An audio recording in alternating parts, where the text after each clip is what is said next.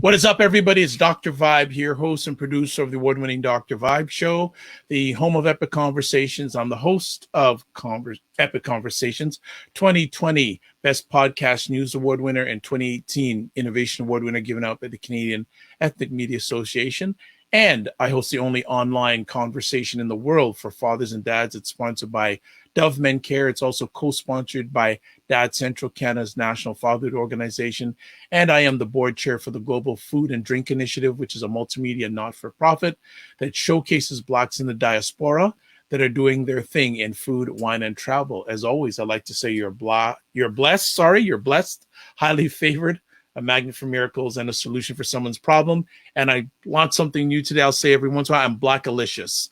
We're broadcasting live on June 27th, 2021. And most Sunday afternoons around the 5 p.m. Eastern time, we have an epic conversation called Black Canada Talking. And what is Black Canada Talking all about?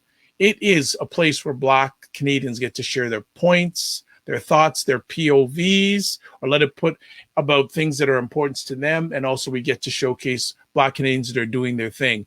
And today, at the end of, as we do as always, at the end of each month, we have our roundtable and we have our wonderful participants. I know 3 out of 4 of them are here. I hope the 4th one comes in momentarily. So let me first introduce Miss Elle Jones. How are you?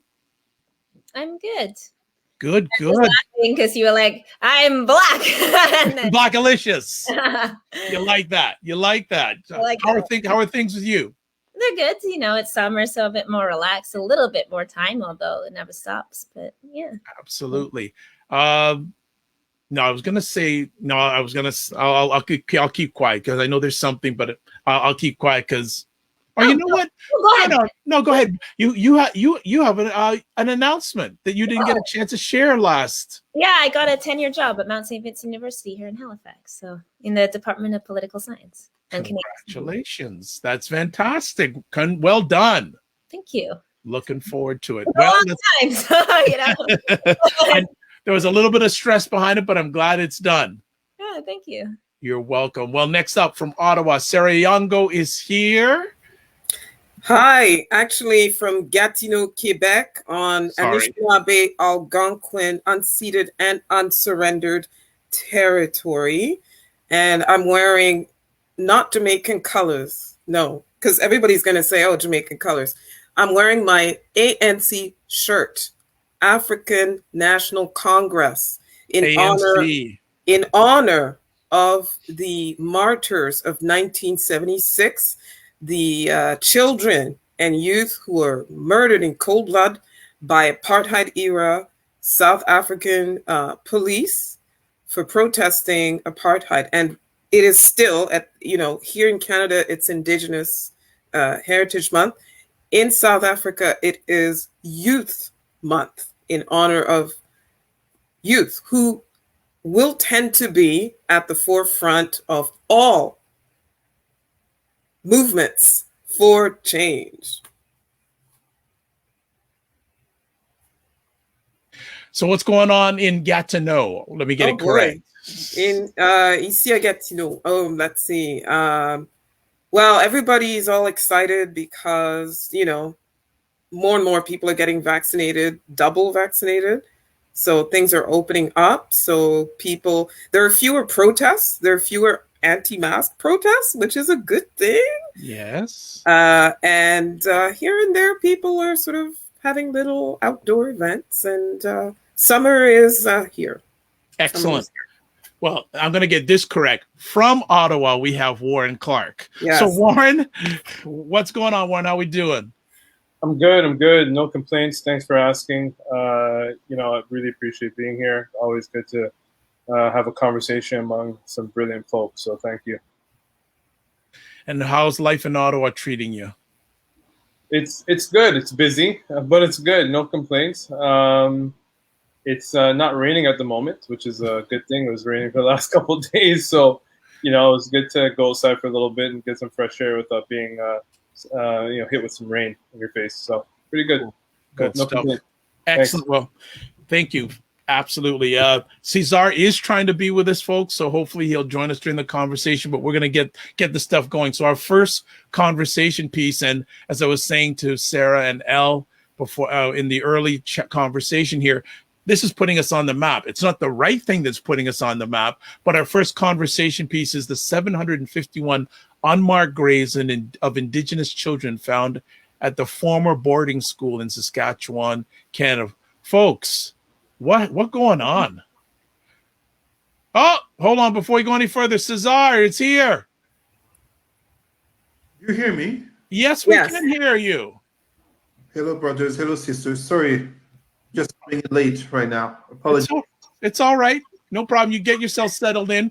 We're going to talk about our first conversation piece, the 751 unmarked graves of Indigenous children found at the former boarding school in Saskatchewan. Who wants to first converse on that one? Give their thoughts. I'll let Elle go and talk about Mi'kmaq territory and how it's being used. Yeah, so I think the first thing, and as Sarah said, I'm here in Mi'kma'ki, the ancestral unceded territories of the Mi'kmaq people, governed by the Peace and Friendship Treaties of 1752. I think the first thing to say is that this shouldn't be shocking. And Canada always makes claims to innocence, which is what white supremacy always does. Pretend amnesia, pretend shock, and then we had no idea. But Indigenous people have been telling us for generations that they knew these bodies were there, right? Like people have said, my friend was there overnight and then was gone in the morning. We saw graves being dug, like we knew children were going out. So people have known this and we just didn't look for it, which is like very Canadian. We don't like to keep the stats. That's why we don't have race-based stats. We just like to bury everything. We bury everything twice, right? Like once you bury the body and then you bury the memory of that body. So, it's been generations and Indigenous people have been begging for the resources to search these grounds, to find these bodies. And now that we're finally doing it, what are we finding? But like exactly what they told us we would find, which is the mass graves of children, which is genocide. So, a few years ago when the Missing and Murdered Indigenous Women and Girls report came out, remember that like the media got distracted into this on purpose, into this debate on using the word genocide, even though they had given us hundreds of pages justifying why that was appropriate.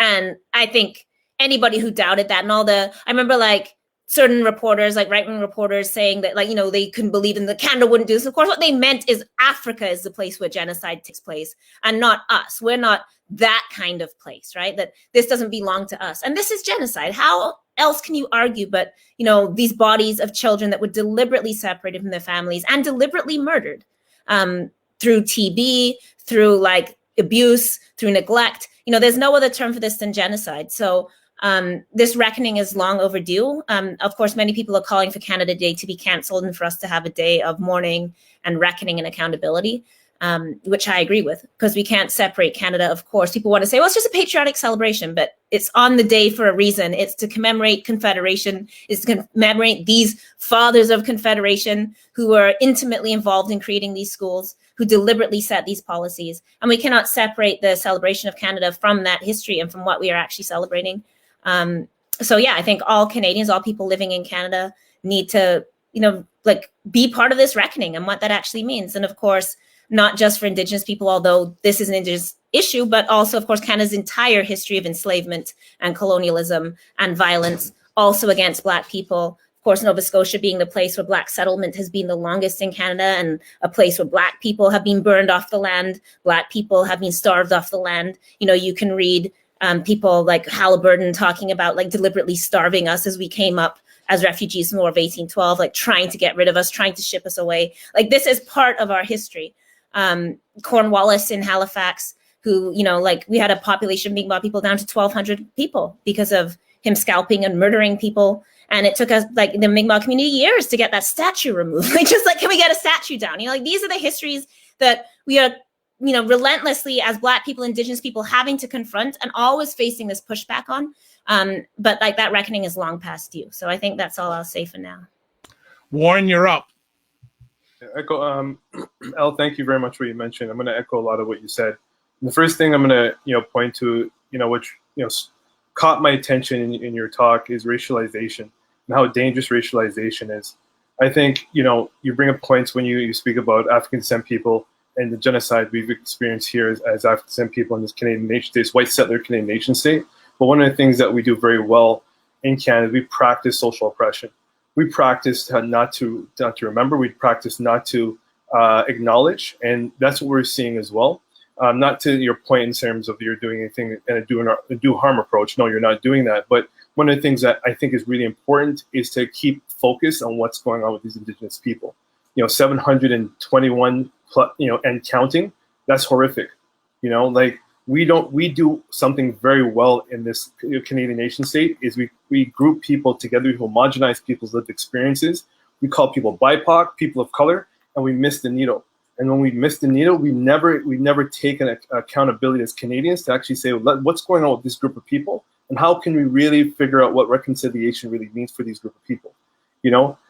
With this being said, I am still, even today, I'm speaking with a friend of mine, and this is me throwing no shade at her. She's watching. This is not me throwing shade at you whatsoever. But her approach is, what am I doing for Canada Day? Am I celebrating? Like, I'm confused, right? And it goes to your point, just what you said, Elle, we sweep things under the rug. We don't take these things serious because, again, like I mentioned a moment ago, we practice social oppression. We practice not giving an F, to be very honest with you. That's what we practice in this Canadian nation state. And this is why it's become normalized, as in by next week or whenever that people think it's back to normal, here's another sweeping of the rug. I read an article from CBC today asking or begging the question, what's next? Who's going to be charged? And considering that these are murdering of people, right? And the article is saying that who are they going to charge? Not the Vatican's not taking responsibility. The Canadian government's not taking responsibility. You have Justin Trudeau going on TV saying he wants the Pope to apologize. Why do you think no, you apologize. You take this serious. You make the legislation. We all know the Pope is probably not going to apologize. Not going to come to Canada and make apology for these people. These people have been suffering for years and years and years thus far, and continue to. When you think about Ontario and the Indigenous peoples in Ontario, still there's parts of Ontario where Indigenous people's not even getting clean, drinkable water. When are we going to, really take these matters serious as Canadians? And I agree with you, Elle. Why don't we cancel Canada Day? I think it should be. I'm not a part of this cancel cultural narrative. However, I think this is an opportunity to say, hey, you know what? It's time to take a time out from celebrating Canada for what we think it is and recognize Canada for what it really is. Right, and that's where again, this is not me attacking your comments, Elle, but we need to be very mindful of how we racialize. We need to approach deracialization at this point. We need to consider what's going on with these people, and if we're going to speak about Indigenous peoples, let's focus on Indigenous peoples. It's not a point where right now, especially when these numbers are probably going to skyrocket to thousands, right? That's where we're going. Manitoba found a few bodies. I don't think they followed up yet, but 751 folks. I know I'm being very long-winded here and dumb. That's not what I'm trying to do here, but I want to paint a picture in people's minds here. Think of a child beside you, who's beside you right now, or think of a child that you know very close to you. They murdered people that age, or murdered people that that size. That is disgusting. That is horrific. We can't give people a pass on this. If we're not being vocal on this, if we're not taking these matters serious, what reconciliation are these people really going to receive? So I'm going to stop there because I don't want to dominate, but I see Sarah and trusting that we can tag team this collectively. Go ahead. Go ahead, Sarah. Instead of people should stop talking about cancel culture and talk about reckoning culture, okay? Because it is about the reckoning. It is about the truth telling, all of it, ugly, as it may be. We should be talking about a reckoning culture. And Canada Day, in fact, July 1st should be the National Day of Remembrance for the Indigenous lives lost to residential schools. I know June, there is the month of June. As far as I'm concerned, all year, our First Nations, Inuit, Métis should, have a place of honor. But July 1st should be that National Day of Remembrance. For me, ever since I started following the work of the Truth and Reconciliation Commission, that was a number of years ago, and started marching with indigenous people from here, from from the Anishinaabe Nation here. I've always had in the back of my mind, you know, the idea that I'm a settler. Yes, I'm Black and I endure racism, but I'm a settler like other people who came, you know, after the indigenous, the original occupants of the land, and that it is my patriotic duty to continuously educate myself on how come there are so many indigenous people missing. I keep trying to imagine, like, what would this land look like if there hadn't been this? Yes, a genocide, cultural and otherwise, a genocide. What would this land look like? And all Canadians should have that in the back of their minds constantly, and do what they can where they're at, whether it's psychologically, economically, or whatever, to be a part of, you know, the process of rebuilding this indigenous community that was destroyed, right? And I highly recommend for people who are still sort of, you know, it's still a theory. They live far away from Kouassis. They live far away from Kamloops and, yeah, you know, unmarked graves. No, y'all need to watch We Were Children. You need to watch that National Film Board film from 2012. I went to the launch of that at Library and Archives. I was disturbed for weeks after that, because just like Warren was talking about, look at the children in your life, around you, even in your home, and just imagine. They were children. They were children. They were snatched away from the arms of their parents and their communities, some of them never to be heard from again. And I'm sorry, for me, Canada Day will be now, from now on, the national day of, you know, mourning and remembrance. And by the way, I was just telling a friend of mine in Washington, D.C., who was asking me, what the hell is going on with the indigenous people over there? The apartheid government in South Africa learned all of their barbaric practices, some of which were applied to the South African youth that I honor by wearing this shirt. They learned those observing what was happening on Indian reserves here in Canada. So, you know, all those myths about Canada, and no, we even exported our ways to the continent. I'm going to stop there. Cesar.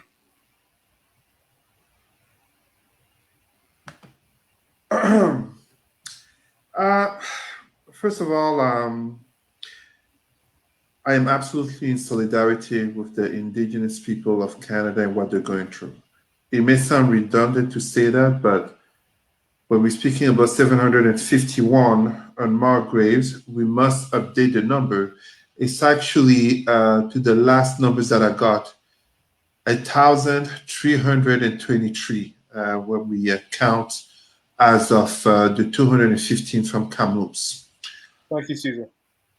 As a Pan-Africanist, I must remind people that a man about 100 years ago wrote a book in which he talked of so many of the ways in which he would treat another community, and he learned that from Canada and the United States treatment of indigenous, aka the Nazis, Adolf Hitler treatment of Jews and other minorities came from this education. As a Pan-Africanist, I must also, and thank you so much, Sarah, for talking about South Africa, but as a Pan-Africanist, I must remind our Black brothers and sisters that the very type of colonization that happened here in Canada for the indigenous that is revealing all these graves, residential schools also existed in Africa. The same religious organizations that are basically being accused and being shown to have been involved in residential schools, you had similar organizations in Africa, such as here in Ottawa, Les Pères Blancs, where that's what they were doing in Africa. We must say it. That's what they were doing. The similarities are great. Allow me to go even one step further in showing similarities.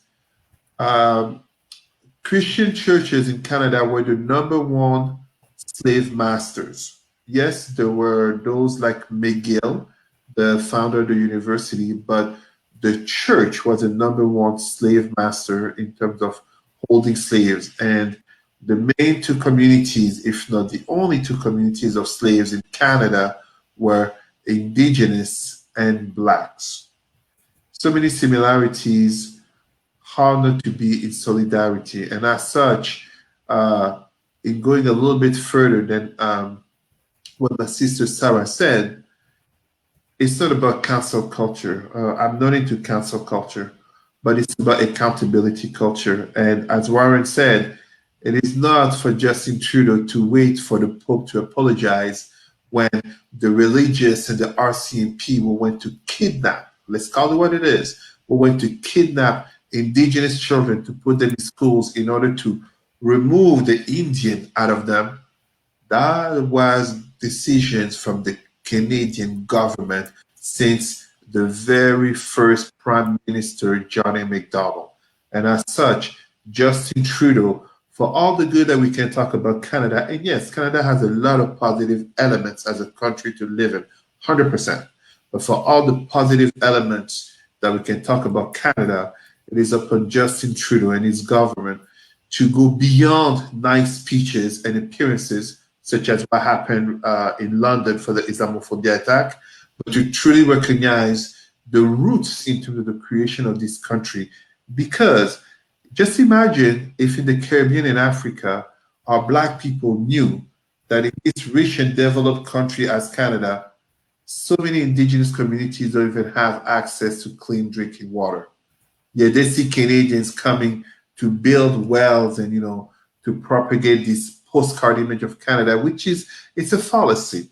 It's a fallacy. So unfortunately, on the reality side, I strongly doubt Canada, they will be canceled for Indigenous issues, because ultimately they look at it from a perspective of, demographics and people voting and, community power, which truthfully Indigenous people don't have here. But why don't they have it? Because of systemic racism, because of colonization, because of institutional violences upon them that basically right now we're still at the surface of all of these issues. More is to come. And I know you and so many others will stand in solidarity. We are settlers. We just came here differently. And God, thank you, our Black people are in no way responsible nor have caused hurts to Indigenous people. And as such, we are to stand in solidarity. There are too many similarities between what's happening to them and what has happened to us in the name of colonization. Too many similarities. Anyone want to add on to what's been shared already? Anyone else? You've all come up with great statements right out of the box. Okay. So go ahead, Sarah. Yeah, I just wanted to add, we've said, how apologies are not enough. I mean, Trudeau's gotten quite adept at apologize for this, that, and the other. I'm waiting for his apology on August 1st, Emancipation Day. He's going to apologize for something else, blah, blah, blah. One thing they can do, because I follow the work that Cindy Blackstock does, who is a great Indigenous children's and families advocate. Stop taking Indigenous communities to court. Stop it. Stop using my tax money that you could use to put water in Saskatchewan, okay? Clean water. Fix the houses there. Give them proper heating there. And help with some, sustainable food programs for the communities there and proper health care. Use the money for that. Take that money away from your high-paid government lawyers fighting Indigenous communities who all they want is fairness and access for their kids to proper health care and proper schools where they can, the children can get an education that enables them to be literate, functional, and then go out into the wider world and, build full lives, So that's one thing that Trudeau could do. Okay. Very quickly, I say too that people may not know, but a really important Indigenous abolitionist activist died of an overdose a couple of weeks ago, Corey Cardinal, and he had created inmates for humane treatment out in Saskatchewan.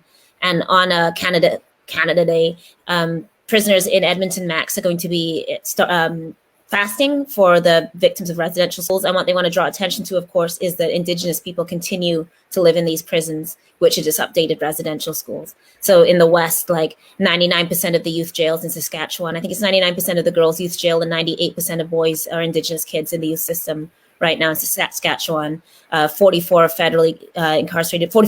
of federally incarcerated women are Indigenous women. Over 30% of dangerous offenders in Canada are Indigenous men. And not because they've committed serial killings, it's, they stab somebody once and then have another or something and they end up dangerous offender, whereas white men can murder 10 women and still not be a dangerous offender, right? So so prisoners are also making that connection between the residential school and the new residential school, which is the Canadian carceral system. Thanks so much for that, Elle and Sarah. So we move on to our next conversation topic. It is summertime where we are at, and the federal parliament is going to be going for their summer holidays. So here's a question.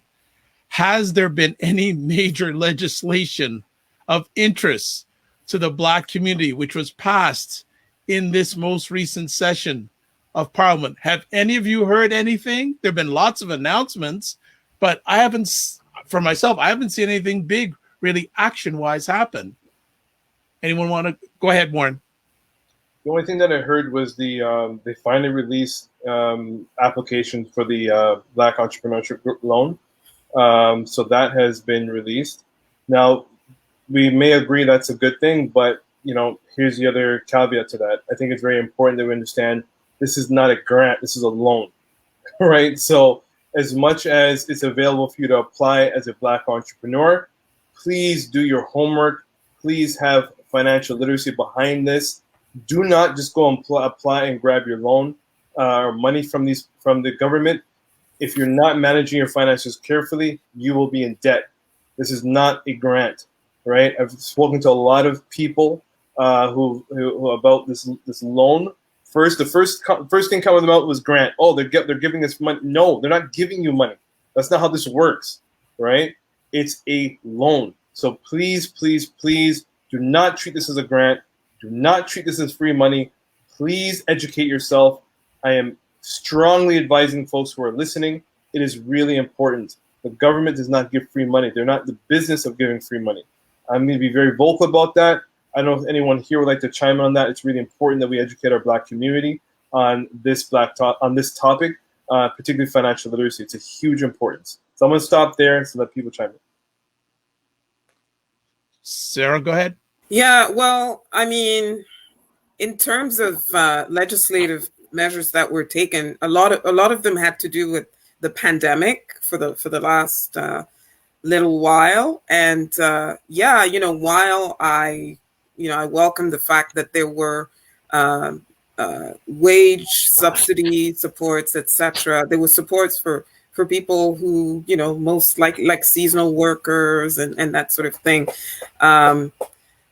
So once the pandemic is over, what's going to happen to that? And by the way, just because the House of Commons has risen does not mean that a lot of laws, the bills that were tabled have passed. So there may well be bills that could have benefited the Black community that have not been passed because the House has risen. And chances are we are going into a federal election, people. At our station, we're getting ready because everything indicates, people saying goodbye in the House of Commons. There were 20-something members of parliament, some who've been there 18 years, 15, 13 years, or just one term, who are not running again.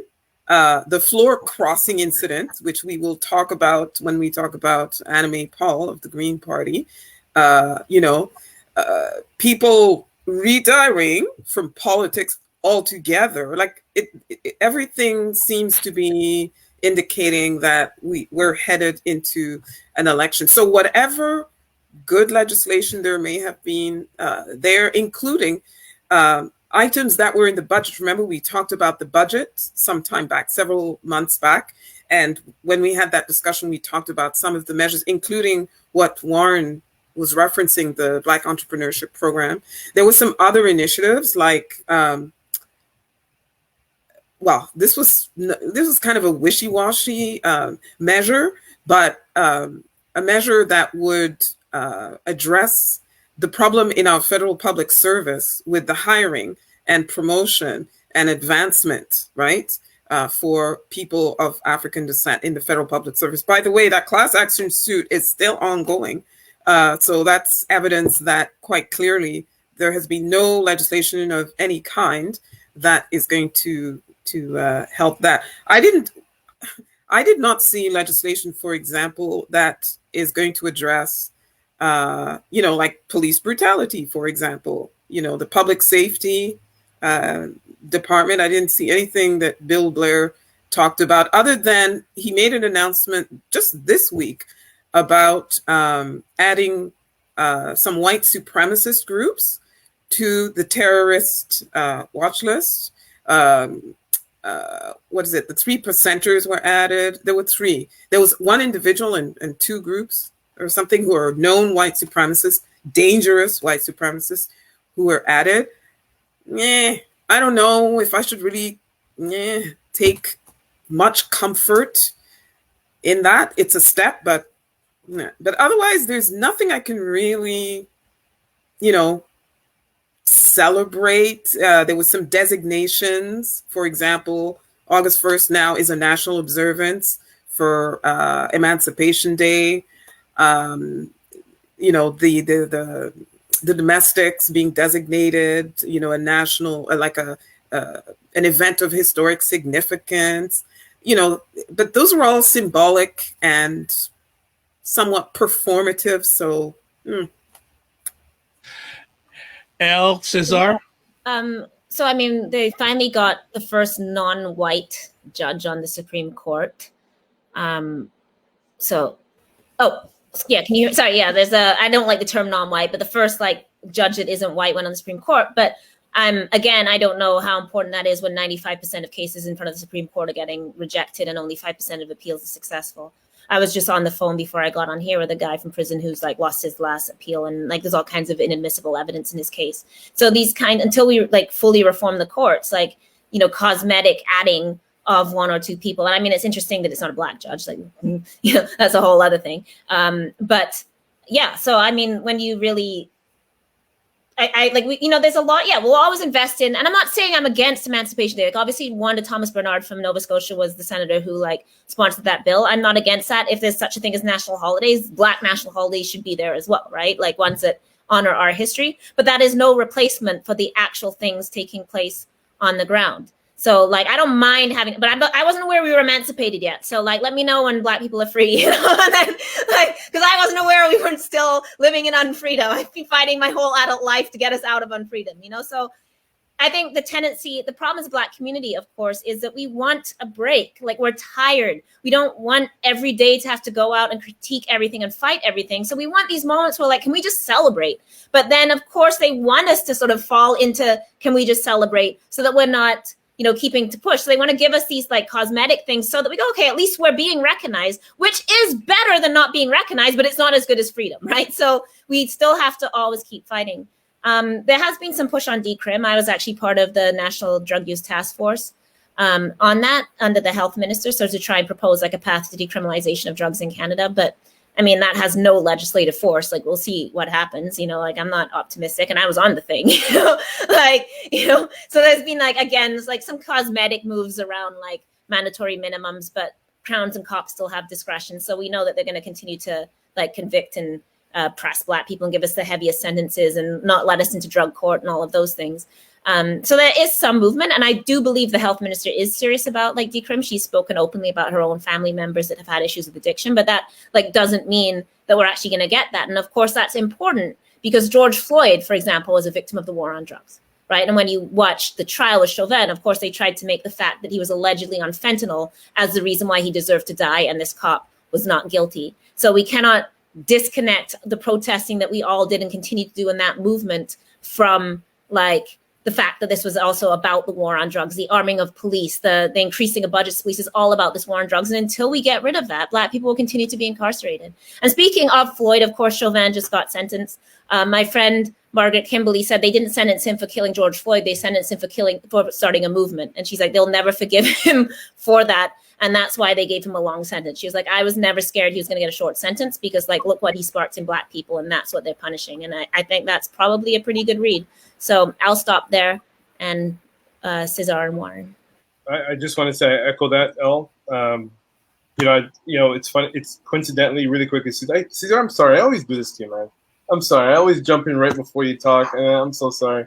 Because it's Elle's fault. It's gonna blame Elle. I'm joking, Elle. I'm joking. I'm gonna read something to folks that coincidentally, Elle, you brought something to my attention. Well, actually, my father did before I went on the show today. He sent me this video that indicates Black men who has done very, I'm using this term loosely, petty crimes and received a maximum sentence, such as stealing a $135 coat. It's actually a video I can forward to people who are interested. A smidge of heroin, and not justifying that it's okay to do stealing and drug use. I'm not saying that. But of the comparison here, what I really want to bring attention to is these Black men who received life in prison with no parole. And the video then speaks about Derek Chauvin getting 22 years or 22 and a half years for killing murdering. Sorry, I use that word in my talk here, George Floyd. What was compelling to me, what my father said in his note, he says, what has Black people done to deserve such treatment? And, I sit here, just people know, if you want to say happy belated birthday, I will take that. My birthday was on June 19th, so Juneteenth. Miraculously, at the work I do, it's crazy. Eh? Well, no, anyways, I sit here as now a older man, I'm 40 now, and my father, who is now, coming to me for education and asking me, what do we do? And I don't know what to say to him. It's very telling where my father, when I was a young age, my father looked at me and said, Warren, these are things you have to look out for. Like, as a Black young man, you gotta protect yourself. You gotta move a certain way. And here it is, my father now in his late 60s, looking at me and saying, darn, man, like, what do we do? It's if we're not taking Black liberation serious, all we're going to be doing is passing our trauma to our next generation after us. We can sit here and have these conversations as much as you want, but I think we are at a point and we need to be due diligent. And Dr. Vibe, I appreciate you having this platform for us to do that. We need to mobilize these ideas a little bit more seriously and being with intention. If we're not being intentional in what we're doing, then we're going to be looking back at our age and asking the young folks to fix it when they're going to look at us and say, I don't know what to do, taking these matters, the indigenous, people's concern. Now I'm going to conflate a little bit, and then African descent people in white Southern nation states, not only Canada but United States, and not taking these matters serious, I think is a huge concern. I think it's education is a huge concern. We need to look at that and fix our education problem, because we're not even receiving the information. These young people are not even receiving the information. Dr. Vibe, Sarah, I appreciate what you mentioned with the ACMP earlier, but the ACMP is never going to be about Warren. I'm going to publicly always say that. It's about giving back to our young people so they get this information, so at least they have the tools to equip themselves to actually solve some of these issues. Elle, Sarah, Cesar, I appreciate you. You folks are in the trenches in education doing what you guys do best. We got to continue to educate our young. We got to continue to give them the knowledge and the know-how. So at least when we look at them, we can say, here's a little bit of information so you can do the next step here because it's important. So I'm going to stop there, Cesar. I apologize to you. I always keep cutting you off. That's not what I do purposely, but it's adding value. Thanks. Cesar? It's all good, brother. No harm, no harm. I don't want to say much because our sisters, Elle and Sarah, said it, and you also said it, Warren. But I'd like to remind our people that too often Black plight and suffering is addressed more in matter of cosmetic than concrete results. In Canada, we get loans, aka recognition of systemic racism and injustices in history and society, but you get loans that you have to reimburse with interest rates. In the United States, we get cosmetic, aka anti-Asian crime, and then comes a bill. Meanwhile, George Floyd and so many Black people killed is still for debate in the Senate. We basically get Derek Chauvin, this white murderous cop, mocking the family, talking about, hoping for them to find peace in court, getting the mockery of 22.5 years in jail, aka 15, if not less. And yet we have a young brother by the name, I picked up my phone because some of my friends from my debate club, Black and Brown Debate Club, sent me this, and you can see here, you see a dog. Kelantre Bearfield got 34 years for killing a police dog by the name of Jericho. I can't make it up. This is since slavery, since le Code Noir, the Black Code of Louis XIV in the middle 17th century. In the Western world, the life of a dog is more valued than the life of a Black person. So it's always cosmetic when it comes to Black people. Let's not get it wrong. Ultimately, it's not for us to be begging and waiting for a system of white supremacy, Arab supremacy, Aryan supremacy, Han supremacy. It's not for those systems to change to us. It's for us to mobilize, to adapt, adjust, and impose our ways towards them. It is for us. It's in our community. It's in our families. It starts in our families. I celebrated my first Juneteenth this year because my daughter is half African American. But it starts in our families, it starts in our communities. That's how we get respect. As I remind people all the time, because we're talking about legislation, we're talking about George Floyd, we're talking about loans. And I will end this. I think, I know we all know this, but I'm not sure if we all make the connections.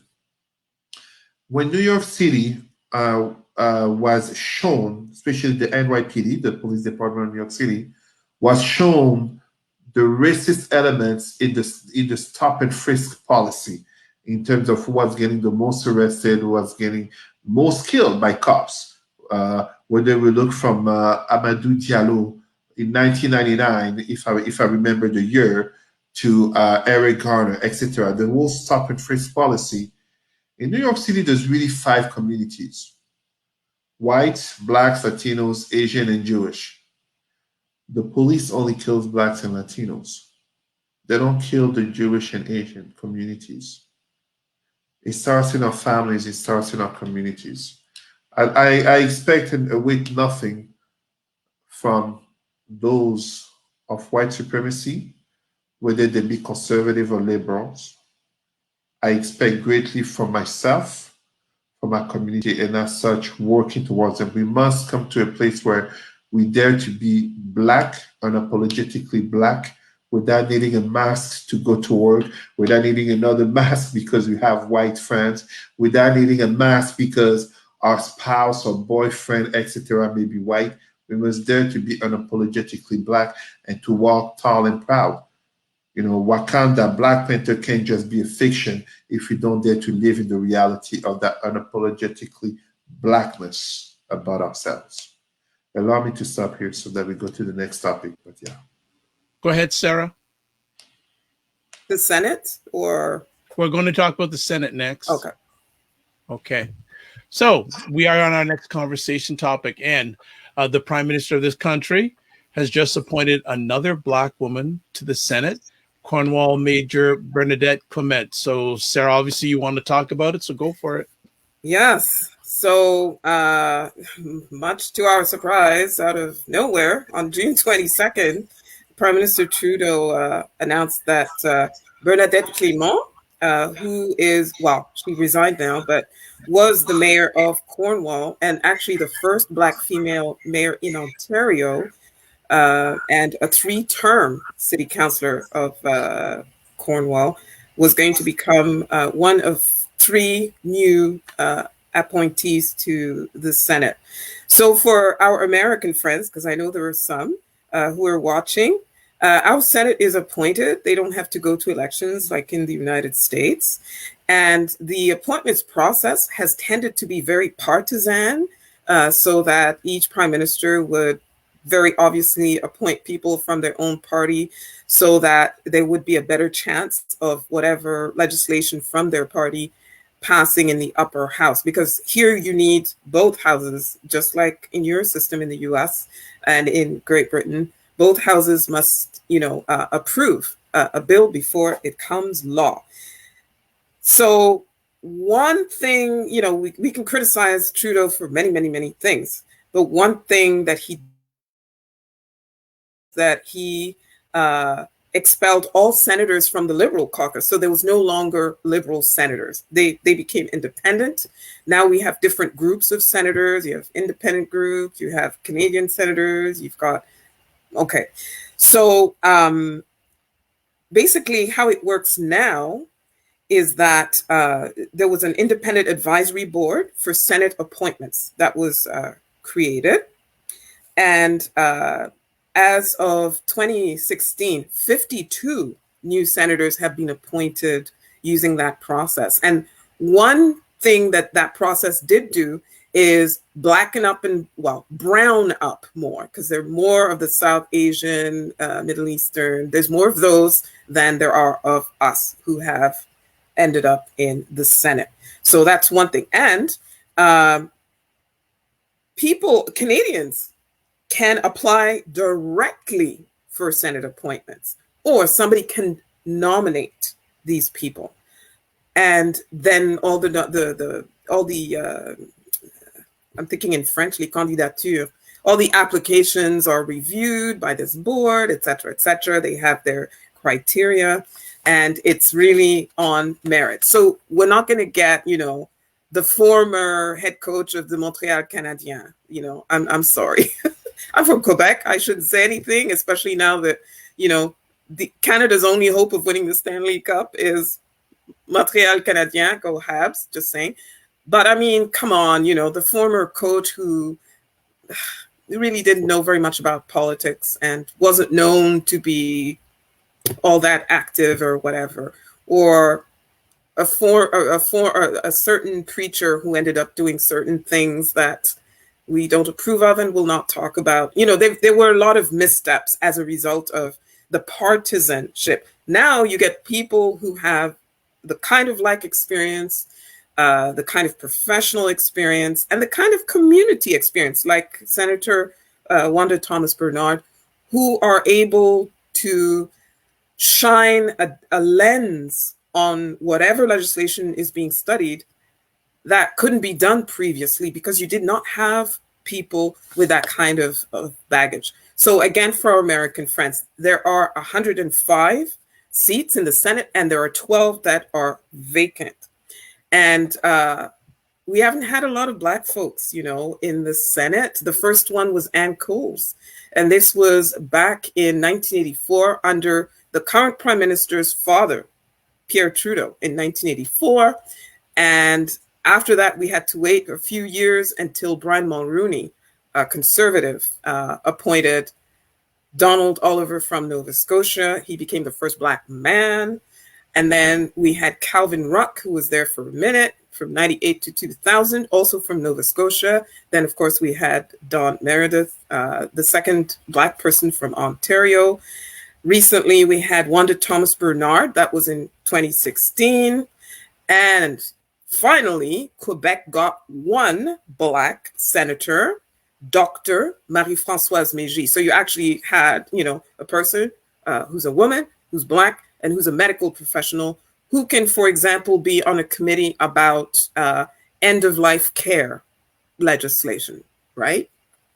And then 2 years after her, Dr. Rosemary Moody was appointed. And now we've got Bernadette Clément. Now, Bernadette Clément is important because now you're going to have 2 Francophone Black women, right? Because here in Canada, you know, the whole bilingual thing, the realities of being Black and Francophone, you know, that isn't often addressed in our House of Commons and in the Senate. So if there's going to be language, you know, legislation around language, you know, language has come up a lot lately in the House of Commons.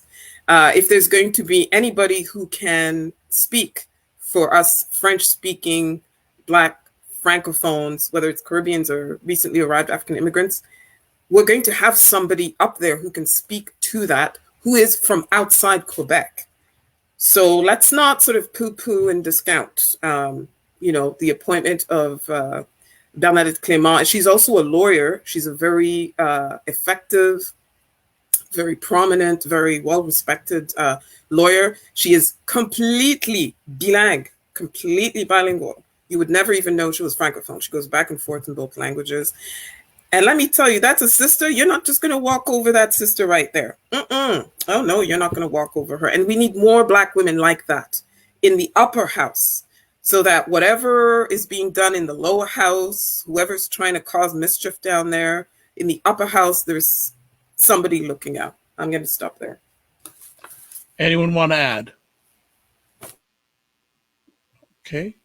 All right, we'll move on to the next conversation piece.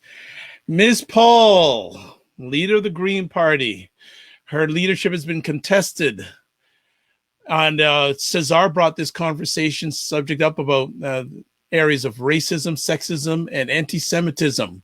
So Cesar, can you lead us on this conversation, please? It's funny how we're in June and yet last month in May, I was talking about Black support in terms of Israel or Palestine, and basically addressing if those 2 communities, Israeli Jewish and Palestinian Arabs, support Blacks as much as they would want for Black to support them. And the answer is simply no, absolutely not. And now, a month later, we see what's happening to Green Party leader Annamie Paul in a mix of racism and sexism, which she denounced herself, but also anti-Semitism as she's Jewish. And I mean, I might be wrong, but I'm not seeing all that support from the Jewish community towards her. I'm not here to judge her myself. I will support her as she is a sister. She's a Black woman in a difficult position. However, it's important to remember that her conflict began again with this Israel-Palestine conflict, which is leading to her being contested in a position of leadership in a Green Party that's very, very, very, very white party. I don't want to say she just happens to be the blackface. I don't want to diminish her nomination. I don't want to do anything or to say anything that could be used against her. But where are all the Jewish people to support one of the fellow Jews, even if she's Black? Where are all the feminists to support her as she is a woman, even if she's Black? Where are all the so-called Green Party non-racists? Don't get me wrong, she did get support as when her leadership was put to challenge, she got to say, but her candidacy, basically her leadership, will be challenged again and again over a matter of not only Israel and Palestine, but also racial dynamics, and I should say racial and gender dynamics within that Green Party, because yes, first Black leader of a federal party, first Black woman as well. You see, we just talked about Bernadette Clément. Congratulations to her for being nominated in the Senate, and yet here we are, In terms of leadership, a Black woman, Annamie Paul, at the intersection of racism, sexism, and anti-Semitism, and we don't see the support of those that likely she wasn't Black, they would be supporting her, at least far more openly. So that's what I meant by wanting to bring that up. Because to me, honestly, and I mean, I say it again, time and again, Black people will never be respected as long as they will be part of those Abrahamic faiths. They will never be respected. I'm a former Christian and a former Muslim. I say it openly, I don't hide it. Black people will never be respected nor seen as equal as long as they will claim to be Christian, Muslim, and Jewish. It will not happen. And Hindu as well. It will not happen. It's that simple. You will never be respected, never be seen as equal. Annamie Paul is just getting a taste of that at a political level and at a leadership level as a Black woman. I send in solidarity to her, but in solidarity with that reality check that comes back. Please, Sarah. You're on mute, Sarah. Oh, who muted me? No, you're good now. Okay. So for our American friends and people outside of, the whole federal party system.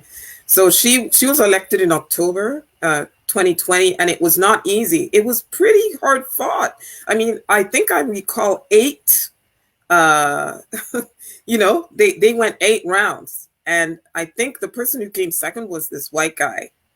And he was not all that gracious, when the verdict was rendered. And people have been talking about Elizabeth May's role in this. Elizabeth May, who supposedly, retired from the leadership, is the parliamentary leader.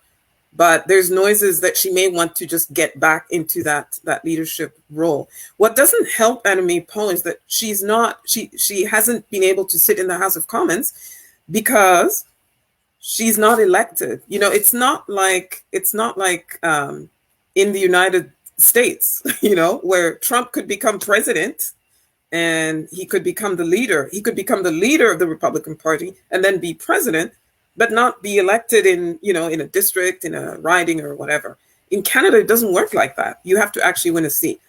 Unfortunately, in a by-election, because the former Minister of Finance had to resign. Well, yeah, he was resigned.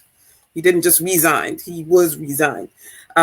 His seat was vacant in Toronto Centre, so she went to run there to try and win a seat. Unfortunately, she ran against a very popular former nationally known Black television personality in the person of Marcy Ian. Love me some Marcy, but that was not going to help her cause.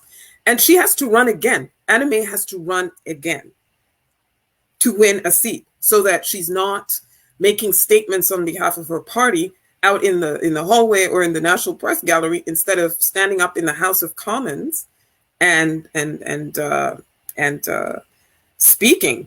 And there's also a lot of controversy around the timing of Jenica Atwin's, crossing the floor. Apparently, there had been negotiations. The Liberal Party apparently has, their hands in this as well, in trying to, rattle the cage a little bit.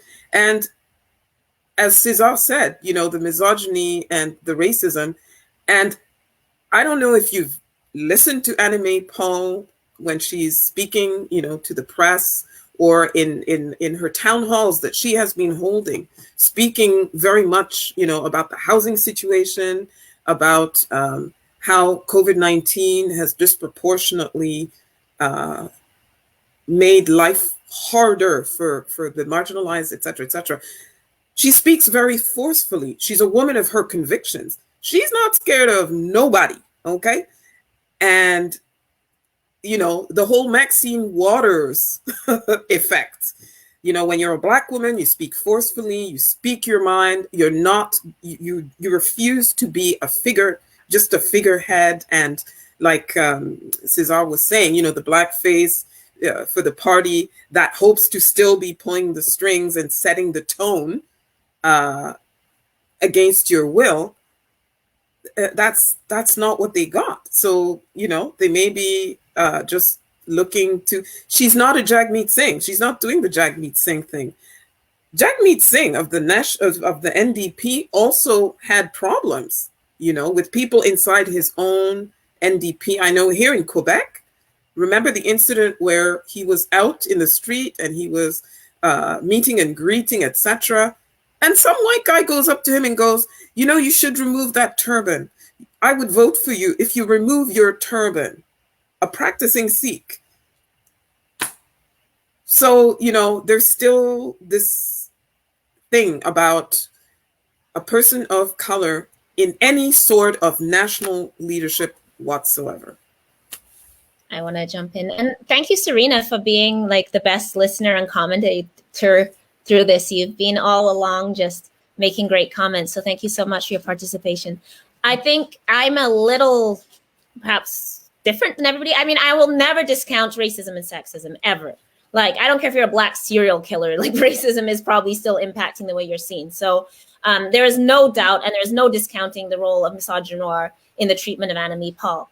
That said, I do not see how you can head the Green Party and support war, given that war is the #1 environmental, destructive damage, like the amount of environmental destruction from weapons, from what's put into the atmosphere. So Annamie Paul needs to gain some courage of conviction when it comes to actually challenging some of the major, and I say the same thing of Jagmeet Singh, right? That the difficulty is if you want to be a leader in a white supremacist country, you have to have proximity to white supremacy, and nobody's been able to negotiate that space very well, including Jagmeet Singh, who I would also be critical of in the same way. So we recognize that they are really fighting an impossible battle, right? They have to lead a party that does not really want them there, that wants them there as tokens. And then the minute they say things like Canada is racist or colonialism exists, then their whole party's, now we can't win an election, right? So I will always understand that it's difficult. But that said, the fact that her advisor, Noah Zatzman, is out here threatening members of her party and she won't say to him, no, that's not okay. The fact that she supports the war in Israel, you cannot support global white supremacy and then not think that it's going to come for you, right? So you want to support all this stuff. You don't want to say anything about Palestinians. And I know what, Cesar, you're well, we shouldn't be laying ourselves out for this. But you cannot support Israel, which is supported by American weapons in the Pentagon, which is supported by the right-wing elements in Canada, and not challenge that, and then be shocked when racism comes back home to you. And I'm not saying I would be better at doing this. I'm not saying I would know the right answer if I were a Black woman trying to negotiate all these things. But I think everybody failed in this. Elizabeth May needs to get the hell out of the way. If you said you don't want to be the leader, and this has happened in so many organizations where a long-term leader leaves, that's hard to say, and a Black person's almost always, that's when you'll see a Black person brought in to do the mop-up and then get screwed over, and then a white person comes back to the leader. So I'm not discounting that she taking over from Elizabeth May in any environment is impossible because she was the first leader, right? So, and she needs to get the hell out of the way and let whoever's leading lead. But Paul needed to challenge her own party when her own advisors, and she didn't want to do that. And then Atwin, I think, was correct on Palestine, but then walked it back immediately. So she also lacks principles. And I was in Fredericton right before she got elected for the climate marches. And I saw that energy. You could see that Atwin was going to get elected because people were so fed up with the Liberal Party and wanted something done on climate. And she was brought in to do that by her own people. So then to cross the floor, basically, and give up on what you were elected to do, I also think is a problem. So I have problems with all of them. But that's not a sole critique of Annamie Paul, because there is no party in Canada that has an anti-military stance. There's not a single one. We never have. When we have foreign policy debates, we don't debate our role in Haiti. We don't talk about Canada in Africa and the role of AFRICOM. We don't talk about our military maneuvers. I live in the most militarized along with Quebec, right? Quebec and Nova Scotia, the two places where a lot of military comes from. I'm in a port city. We have nuclear subs coming into our harbor and we don't even challenge that, American subs. Until there's a party that's willing to talk about Canada's foreign policy, that we're spending $800 billion, on fighter jets that we don't need so that we can play G.I. Joe instead of housing people. So until we fight the military-industrial complex, which is connected to the prison and policing complex, they give the surplus weapons to the cops. We have to challenge these things. And Annamie Paul is certainly not alone in not challenging that. The Liberal Party doesn't, the Conservative Party doesn't, the NDP doesn't, and the Green doesn't. And so I will be ultimately always critical of anybody until they agree that Canada's foreign policy is racist and imperial, and we need a strong challenge to that. And that is connected to what we're talking about with residential schools and anti-blackness as well. Warren, go ahead. Al, thanks for bringing that smoke, because you just allowed me to say what I have to say. Thank you very much. I was trying to say, give him that smoke, Al. I was trying to get in there, but you were giving it to him, so thank you. I heard the term yet this week. Your skin folk your kinfolk is not always your skin folk. You know what I mean? And we talk about. I'm going back to the new appointed senator. I think it's amazing, Sarah. I really appreciate you laid down the education on us. Much appreciated. But I'm always going to be one of what are you doing with that power? How are you going to, really strategize and plan for people who you say you want to liberate? I'm always going to be that. I think, respectfully, Elle, I think you would agree when I say this. You've taken a new appointment, and so have I, respectfully. We are going to be in a position of power. And it's our duty now in this new role. How do we use this power to continue educating in a do no harm approach? Because how dare us go into these roles and oppress young people or oppress learners? It's a huge contradiction. It's an oxymoron. It's like, how dare you, right? With Annamie Paul, to be very honest with you, the Green Party, if you look at it, it's a socialist movement. That's what it is. They are for the environment. They are for anti-oppression, anti-racism, and so on and so forth. And some of the things that I've heard and read in the news in terms of how her advisor, like Elle just mentioned, she didn't reprimand or even address the her representative, where I think it could have been addressed. I question that, right? Like, what is the the mandate, or what is the outcome is that they're seeking? We talked about Jagmeet Singh a moment ago in terms of how he's playing on that on the fence with white supremacy. I think at this point it's like when you're in these positions, you either do what you say you're going to do, or you don't. And if you don't, then you have to ask yourself, why are you doing this, right? Like, is it for fame? Is it for fortune? Is it for why are we doing all this work that we're doing? Are we really trying to liberate people, or is it? And I've never been in this space, right? I'm always speaking from perspective as an educator, right? Like, maybe one day I'll be there. I don't know, and if I am, then I'll get more insight. But when you get into these roles, and you see the nonsense, I think it's a point you have to ask yourself: why stay in the nonsense? Is there another way that you can liberate people? Is there another way that you can, use your voice to actually make change? I look and rely on my mentor a lot. Although he is not black, and he was a white man, he passed away last year. I remember when I had this drive to be in politics, and he looked at me and said, "No, you can use your voice other ways." And he was absolutely right. I don't need to be in the mix of white supremacy to say that I have power, to say that I can make change. We can do it other ways.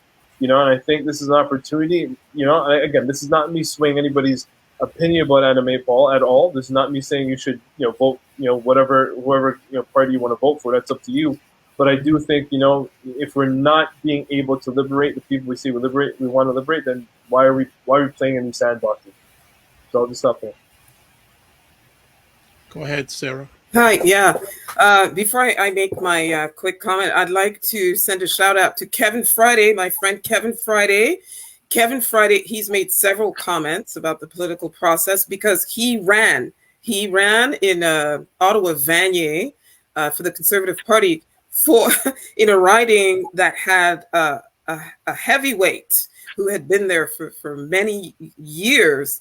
And I have to salute that, you have people who look like us who are just going ahead and, running as candidates at great cost in all kinds of ways to represent in the political arena. So I had mentioned that in our media world, there's all kinds of noises about an upcoming election. And while I agree with Warren that we don't all have to get into politics to make a difference, to make change, to bring voices to the table that don't get heard. However, I have to salute organizations like Operation Black Vote Canada, which is the Canadian equivalent somewhat of Black Voices Matter, where they are encouraging people to run, but not just encouraging people to run, but equipping people to run, Warren, by making sure that they have, boot camps to educate them so that they know what to expect, finding ways for them to get mentors so that, they don't just go in blind, etc., helping them organize their campaigns, etc., etc. So it's important for those brave people amongst us to continue trying to get into the political arena at all levels, because we do need not just a presence, we need the people and the voices. And by the way, this political process, we pay for these governments, people. We can't sit on the side. We pay. It's our tax dollars. All the salaries they get, the staff, they have to pay, the officers they rent, and the retirement they get is our taxes. It's all our money. So we can't just sit it out. I'll get off my soapbox now. Cesar, Cesar, then Warren. Sorry. I'll go quickly. First of all, saluting Kevin Friday as well, my friend of more than 20 years and a member of our Black and Brown debate club. But the last thing I will add is that effectively, Black people in the logic of politics, in the world of white supremacy, as any racist supremacy towards Blacks, find themselves stuck in terms of, on one side, to what extent can I dare to be Black and truthful to what I think and feel, and the other extent, the little place that I got here, as hard as it got for me to get there, to what extent am I willing to go in order to keep it? This is what's happening here with Annamie Paul in terms of the refusal to directly challenge her so-called advisor, which has led to the loss of one of her party members who was sitting in the parliament. Understand, the Green Party losing one member, that's 33% of its membership in the parliament. That's how small, but also strategic each and every decision becomes. At the end of the day, we end up suffering a sort of schizophrenia, such as has been denounced since by the likes of Frantz Fanon, but also James Baldwin, in terms of Black people have to eventually decide, do I dare to be unapologetically Black, or to what extent will I be you Negro? If you understand, James Baldwin said, I am not you Negro. Yet we have so many of our Black people, and here, the Candace Owens, so many politicians, so many even activists, the fist is raised until some opportunities come by white supremacy, and then suddenly you see it lowering down, looking at the potential of opportunities. This is fundamentally a problem. I do not want to say or do anything that can go against the Green Party leader, our sister Annamie Paul, but eventually it has to be a reflection within one's own Black soul. I mean, Al said it so well. At the end of the day, you cannot support Israel and its war machine, etc., upon the Palestinians in a context of colonization, most of all, and yet want to talk about what? The environment, peace.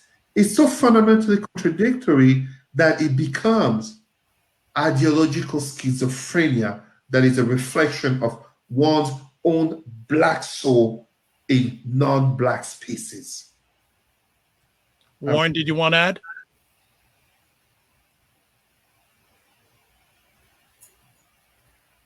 You're on mute. Thank you very much. Sorry about that. I always do that. My goodness. No, you were good until then. Yeah, well, It's all right. Kevin, really appreciate your comment. I don't think we ever met. Thanks for your comment. I just sent a link to our private chat, which I'm asking to be sent to the public chat. And my comment in terms of, and not my comment's not to sway anybody's opinion about the Green Party. Please, no. My comment is based on things I've read in media, such as Mel Woods mentioned in September of this year or of last year, sorry. Eco Social's Green Leader, it could happen in what does it mean for the Green Party? So, it's me pointing to that this is something that this party is thinking about. So if we want a chance to read that article, please do. So just want to say that. Sarah, you mentioned something that that I wanted to acknowledge, and I appreciate you saying. But and Cesar was talking about it just a moment ago. I appreciate these vehicles that equip our young or our people who want to get into politics. But we have to also consider what Cesar said from a phenomena analytic is that when we think about these notions of ideology, it's still entrenched in whiteness, and still going to equip these people to then think through whiteness and to only manage our Black lives or Indigenous lives through whiteness. I think it's a really important topic to consider. Especially trying to align ourselves within a white supremacist Canadian government that doesn't want us there to begin with. You brought up a good point, a good example with Jagmeet Singh. That example where you brought up with the white man approaching Jagmeet Singh, saying, and the reason why I'm more intimately known to this example, because I actually teach this in a lot of my courses. He said to him, if you take off the turban and cut off your beard, you'd have more chances of winning the election. That's even white Canada. If I think it was the situation happened in the east coast of Canada. So I think you probably know more if it did happen there. That's again white Canada, backing up white supremacy's views in terms of how you should align with whiteness. There's no if, ands, or but. One of the things that I'll pull up a book right now. Paul Ricoeur, Phenomenology. That I'm reading. As much as it's interesting stuff, oh my gosh, it's mind blowing. Using it for my research, I do not lose sight. This is white supremacist thought. This is white supremacist thought. I'm going to bring the book that's right beside me. Fanon speaks about this. We got to be more diligent about what type of education we're taking in here, folks. This is white supremacy's game to the end. If we really don't take heed of what's going on here. It's not only through education. It's through fashion. It's through media. It's everything that we know is through whiteness. The only thing we can do is acknowledge it and be very anti-oppressive and anti-racist in our conversation, in our talk. We have to be very mindful of the things. How do we even know the things we know from an epistemological approach? How do we even know the things we know to be true? Where does it come from? If everything is entrenched in whiteness, then we have a duty to start questioning the things we already know. So I want to stop there because I think there's another topic and there's always something to say. Anyone else before we go on to our last conversation piece? All right, we're good to go. So the last conversation piece, how's the anti-COVID-19 vaccination campaign going on in our Black communities? Terrible. Okay, go ahead, Warren. Terrible. So you know what? I'm going to rant here today, folks. I'm sorry if I'm ranting, but it's really important that we acknowledge that, there's still, even today, I watched a video of a person I know actually in the GTA. I'll say broadly because I don't want to, villainize him on this platform here. On his platform saying that, this vaccine is nonsense and we shouldn't take the vaccine and, Black people wake up, right? Like there's still, these concerns, and, I'm going to be vulnerable with folks who's listening. What is important for us to for me, when I think about this COVID-19 is, my aunt, my aunt's been in the hospital since January, and, thank God, she's still with us. But, I'm telling you, her condition, if she didn't have that vaccine, I'm telling you folks, she wouldn't be even, I'd be still mourning her passing, which thank God I'm not, right? Like, everybody has a different view on it. I can't tell you what to do, but please know that, I know a lot of people in the healthcare system, I know how stressed out many of these nurses are. I know that there's a lot of people who are sick, and it's not, this COVID-19 is not, does not discriminate. Everybody's it can be impacted by it.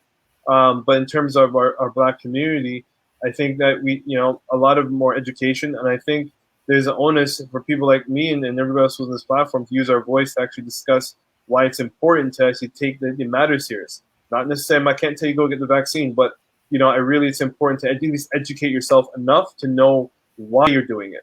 A lot of people are going off blind faith. A lot of people are going off, and Cesar, you've mentioned this so many times, and I appreciate you, my brother, for mentioning this, is that even the religion that you claim to say, then Cesar, I'll let you chime in more on this, that you claim to say to give you the information as to why you shouldn't take a vaccine is through that white supremacist discourse yet again. So I think there's a lot of understanding why. I think there's a lot of people that and I get it. A lot of people just want that quick information. They want to use that banking system education in terms of just deposit information. Let me just learn and do what I got to do, or doing what I don't want to do. But I do think they read this point in terms of what's happening with this this coronavirus. I think it's really important that we take a little bit more heed in our community. So I'm going to stop there for others to chime in. Sarah? Yeah, well, there's still that problem of vaccine hesitancy, but I'm getting the sense that it's less than it was even a few months ago. And this has a lot to do with different Black communities organizing online town halls with physicians and nurses and medical specialists and virologists and researchers who look like us, some of whom have been filmed actually getting vaccinated. Because it's one thing if it's Fauci or Dr. Tam, our Dr. Fauci, telling you on TV every day, blah, blah, blah, the virtues of, the vaccine. But it's a whole other thing when you've got Black medical professionals who look like you telling you, listen, you are my people. I love you. The devastation we're seeing in the ICU is such that we can't do this anymore. Conspiracy theories are not going to get your loved ones back who've been lost to COVID-19. So please do it. So I have to applaud the proactive measures that have been taken by organizations like the African Canadian Association of Ottawa here, the Jamaican Canadian Association in the GTA. My God, they had a huge vaccination drive that was very, very, very successful. The initiatives over in Montreal, in the Montreal Nord neighborhoods as well. And that's been very effective because I find not just Black people, but all of us, there are too many of us who still are not making the link between if we break the chain of transmission, vaccination, masks, hand washing, et cetera, once we manage to break that chain of transmission and community transmission slows down to practically nothing, the sooner we do that, the sooner we can get back to quote unquote normal, whatever normal is going to look like, because I don't think we can really go back to business as usual.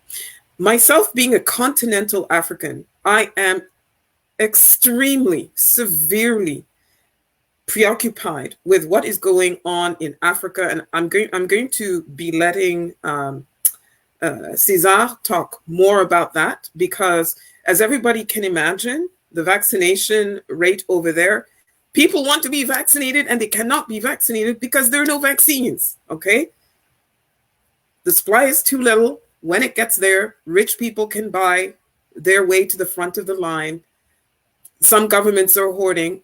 I'm hearing some clinics are, some people are even stealing, the stuff right out of the warehouses, and they are appearing in private clinics where people are getting vaccinated, et cetera, et cetera. And now in the sub-Saharan region, that's where I'm from East Africa, Kenya. I'm from Lake Victoria area. our entire area, Kenya on one side, Uganda on the other side, there is now like the epidemic is out of control. The India virus is the India virus. I shouldn't call it the India virus. It's the Delta virus is there on top of I think it's the Beta virus, which is the South African one, which has been there since February of last year. And we have to get a handle on this because that region in sub-Saharan Africa is a hub. Flights coming in and out from all across the continent, from Europe and from Asia, to access all the different countries, south and north. I'll let Cesar continue with this. What I would say very quickly, I will take the example of what's happening in Uganda, where I was informed this week by a white sister, Amelia, who has been doing a lot of humanitarian work over there, about the tragic cases that are happening in Uganda where COVID is spreading. And not only you have bad governance, but as well as Sarah was mentioning, the very nature of corruption. It's not unique to Uganda. It's too often the case in far too many of our countries. There comes a point in time where we have to stop blaming the white man and the Asian man and the Arab man and the alien man. No, our countries are severely failing our own. Yes, some will say it's easy to criticize from the Western comfort of living in Canada, but it makes no difference. It absolutely makes no difference because whether here or over there, at the end of the day, the tragedies that our Black communities worldwide, in Africa, in the Caribbean, I mean, you look at what's happening in Haiti in terms of how it is actually spreading. It's not enough of a conversation, but COVID is actually spreading, and yet we know the great insecurity, but also failure of governance along politics, as in Haiti, that is not making it easy to vaccinate people. Yet, people want to get vaccinated. They don't want to get vaccinated because they didn't learn from another campaign from white supremacy to kill Black people. No, they want to get vaccinated because they want to stay alive, because they read and they hear about what's happening to other communities, other nations. I mean, we talk here about the Delta variant, aka the Indian variant, how it's killing and decimating people. I talked earlier this week, actually, no, last week, sorry. I talked about how in Brazil, it has crossed 500,000, 500,000, more than 500,000 people have died by COVID. Guess who principally has been dying? Black and indigenous people, as always. So yes. Elle? I'll go, but very briefly, because I want to watch Queen Simone crush the competition on day 2 of U.S. gymnastics trials. But also to add into the international piece, of course, is also the embargoes that countries participate on. So Cuba, for example, which has a long history of sending doctors across the Caribbean to provide free medical care. But of course, the US-led embargo, which just came up for UN vote again. 182 countries voted against it. US and Israel voted for it, and 3 countries abstained. And despite the overwhelming global support to end the blockade, there's still a blockade. And of course, one of those things is like needles aren't getting into Cuba. So, they're developing their own vaccine. Cuba actually develops like the hepatitis vaccine. They have this amazing history of medicine and can't get their own people vaccinated because we are like participating in deliberately blocking supplies. So I wanted to add that piece. And then briefly, very quickly, people might have seen the white riot at the Nova Scotia-New Brunswick border, which is interesting. I mean, there was an initial point there, which was about Nova Scotia takes this like perverse pride in having the strictest restrictions in Canada, and not matching our public health to like changing conditions. So like, obviously we all accept that we need to stay home and isolate and get the vaccine. Well, most of us accept this, but then like when the conditions change, you have to make sure that you have the least restrictions to match the best health outcome. And our province isn't really doing that. Like we did an illegal injunction to block protests completely and arrested like Palestinian people, like sitting in their cars, having a car parade. Like they literally went to court secretly and got a secret injunction to stop protests, which was supposed to be for the anti-maskers, and then they used against other protests, right? So we have like really strict restrictions, and we were supposed to open up the border to New Brunswick. And then at the last minute, they were like, no, because the virus is in the rest of Canada, it will come to us. And so people are really mad, which is justifiable. But then the MLA that led that protest, Elizabeth Smith-McCrossan, who is racist, she also is notorious for saying that if we legalized cannabis, we'd become like Jamaicans, unproductive and lazy. Oh yeah, I like had to report on this story like 2 years ago. She stood up in the legislature and said that she was scared of legalizing cannabis because she knows Jamaicans, and like Jamaicans are lazy people. And like, so like she's racist, like let's just be upfront, like she's racist. And, she was the one that really pushed this protest. And then of course it turned into a bunch of like anti-maskers and anti-vaxxers. They like stopped a truck that they thought was carrying vaccines, which was actually carrying like blood products to the hospital.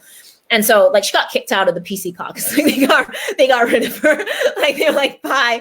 But then she says the PC leader actually like said it was okay and is only backing off now because it was like so disastrous and unpopular. My point being that those white people who went to the border and blockaded the border like got away with it. They got to do that. Meanwhile, I've heard from at least 3 separate Black families that have been stopped at the border with like guards with like guns on their, like hands on their guns, like drawn down, like people like having 5 cars with like border people like surround them, like chasing them, stuff like this, So as always, it's for us and not for them, right? So like white people can continue to do what they want, which is no surprise. And like just commenting white people can do what they want becomes so meaningless because it's like, yeah, it's like your mom saying, well, like if your friends jumped off a bridge, But yeah, so that's also Nova Scotia. The last thing I want to say is I just want to shout out Dr. Tiffany Richards. I did a piece on her, and this goes to what Sarah was saying about a lot of the success in vaccine rates and health measures is because of Black people like taking account of our own community. So I just want to shout out Dr. Tiffany Richards, who's doing her internship at St. Joseph's in Toronto, but is from Truro and spends like time every evening just going into like threads on Facebook and Twitter and stuff and trying to like correct Black people's misinformation on vaccines. And she's doing that after like her 16-hour shift in the hospital when she could be doing anything else because she's like cares so passionately about like the health of our communities. So it's people like her. And by the way, she's in the family medicine rotation. She told me there's 103 people and only 3 Black people at St. Joseph's. So it's like 103 people in the residency program, 3 of whom are Black, all Black women, like 2 Eritrean women and her. So like that's still like, I was like, what? Like I would have thought in Toronto there'd be more, but no. So that gives you an idea of like the medical landscape. But just to close, I really like, yeah, exactly. It's the work of people like her that are really doing work to like help our community. So much love to them. Yeah. Warren, last comment. I don't have a comment. I actually wanted to just add value to what Ella said. Can we put the name of that doctor right there in that comment so people can find her? Ella, is that okay? Can we do that? Because I think a lot of people need that information. Find her. Like, or at least access the information she has available. Yeah, I'll add the article into our chat that I did, and then people can see it.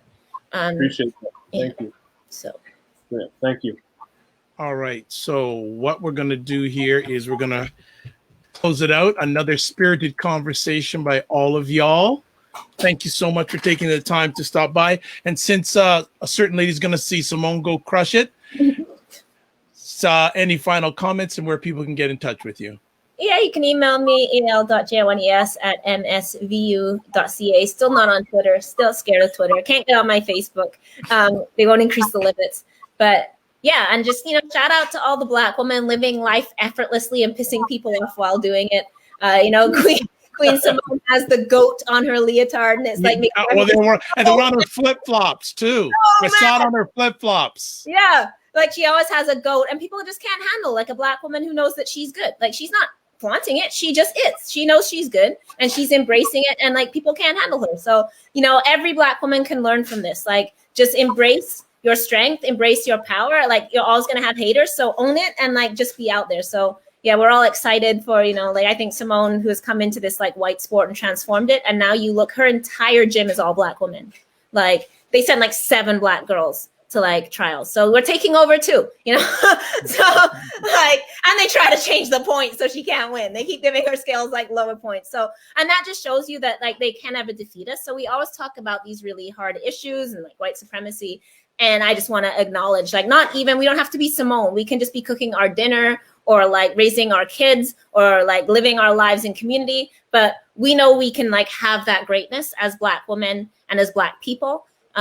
And like, we cannot let ourselves get knocked back by all this. We just have to keep embracing our strength unapologetically. So shout out Simone, and I'm going to go watch her. All right, no problem. Sarah? All day, every day, as a former gymnast myself, yes. But I'd also like to shout out Sha'Carri Richardson. Yeah, LSU Tiger, what? With her orange hair, yellow hair, green hair, I don't care. They need to stop hating on a girl and just let a sister run, because, you know, Flojo and them have, you know, they started something. Sha'Carri and them are just continuing the legacy. But again, this whole thing with our First Nations and Indigenous and the Inuit who still are looking for their children with the whole tuberculosis airlift thing and the 60s scoop people. And, I mean, there's just a litany of injustices and horrors that our Indigenous people have lived through. I would like to, like Cesar, you know, again, affirm, you know, my solidarity and hope that more and more of us in our wider Black community are going to get on board this learning, healing, and reconciling journey. Just because we're immigrants and we ourselves are victims of anti-racism from the mainstream white community, that no, we don't get let off the hook for that. Okay, the whole the victim status hierarchy thing doesn't work in this context. So let us be mindful of this and what we are going to do to be part of the solution / healing journey for the First Nations, especially on Canada Day, July 1st. Get your orange shirt. And how can people contact you? Black on Black at Hotmail, Black on Black 891 at hotmail.com. Black on Black airs every Saturday from 11 a.m. to noon Eastern Time on CHEO 89.1 FM here in Ottawa and online, CHEO.FM. Thank you. Warren. Closing thoughts, you know, thank you for this opportunity. I'm not on mute this time, so look at that. Things have changed. You know, I'm not gonna be long-winded. I think I was long-winded for most of the program. I think the only thing I wanted to not today. No, it wasn't. Okay, cool. Usually I get called out for not saying much, but okay, cool. You know, I really echo what Sarah mentioned. I think it's important to continue to learn about Indigenous peoples right now. I think that's the topic of discussion. Respectfully said, I think, you know, let's take these matters seriously, and please, I think it's important to wear your orange shirts on Canada Day. So I'm going to mention that. Yeah, I'm going to go back to writing because that's what I'm going to do. If you need to reach me, you can reach me at warrenclarke.ca. Yes, I am Googleable. You're Googleicious. Googleable, as young people. Warren, you're Googleable. It's like, whoa, that's a word. I didn't know that. Good stuff. Good to have you here as always, my man. Cesar? Thank you so much. As a last thing, I just want to remind our people, wear your orange shirt on Canada Day, show support. But don't forget about the plight of all of our Black people worldwide. Quick mention to Brazil, the fate of 24-year-old pregnant mother, Kathleen Romeo, who was killed by police as she was just walking with her family. A stray bullet from police killed her basically in Brazil. And regarding me, you reach me on Facebook, easier, Cesar Remy, R-I-M-Y, Emery, E-M-E-R-Y. Thank you. All right. Guys, you can be on your way. It's Dr. Vibe here. I am the host and producer of the award-winning Dr. Vibe show, the home of epic conversations.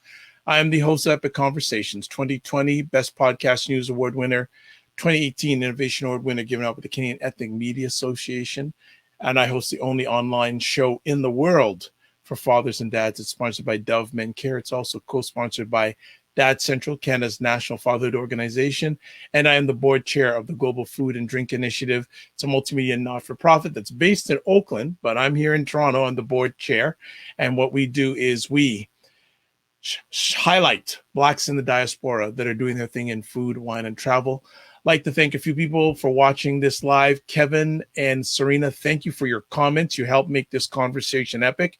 I want to thank everyone who watched this live or going to be watching it on the replay or listening to it on the replay. Finally, I'd like to close off with a few things. Live your life as a dream. If you can dream it, you can make it. Sometimes you have to get small to get stronger. Block assumptions. Aim bigger, aim better, aim higher, aim wider. Also, love, faith, and respect. Remember to give yourself grace. And an announcement. We are going to be taking this part of the Black Canada Talking, which is on every Sunday or most Sundays at 5 p.m. Eastern Time. We're going to start doing our roundtables bi-weekly starting on July 11th. Now, we may not have all 4 participants on at the same time, but two of them to 3 of them have committed, or 3 of them have committed to be on bi-weekly. So get ready. July 11th, we're going to start taking it bi-weekly. And the main reason is you want more. And plus, there's so much stuff going on that holding it once a month, the roundtable, isn't justifiable enough. You saw today how much stuff, and there was still a whole bunch of stuff that we left off the table. So we're going to start going bi-weekly. We thank you for your support. It's appreciated and not taken for granted. So on closing, I want to say thanks to BIA Media for another great, excellent production job. God bless, peace to all, keep the faith, and remember, walk good and give yourselves grace. Bye, everybody.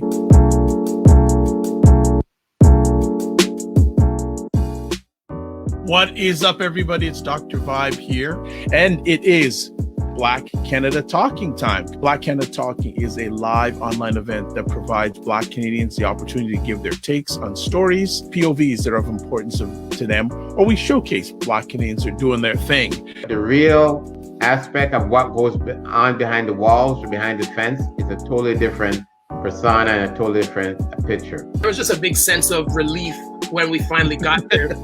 We have to realize that everything we do is going to have an impact on probably a lot of people we don't even know. One of the mandates of the CBC is to reflect Canada back to itself. Not a lot of sustainable long-term movement that will effect economic change. God bless, peace well, keep the faith, and walk good.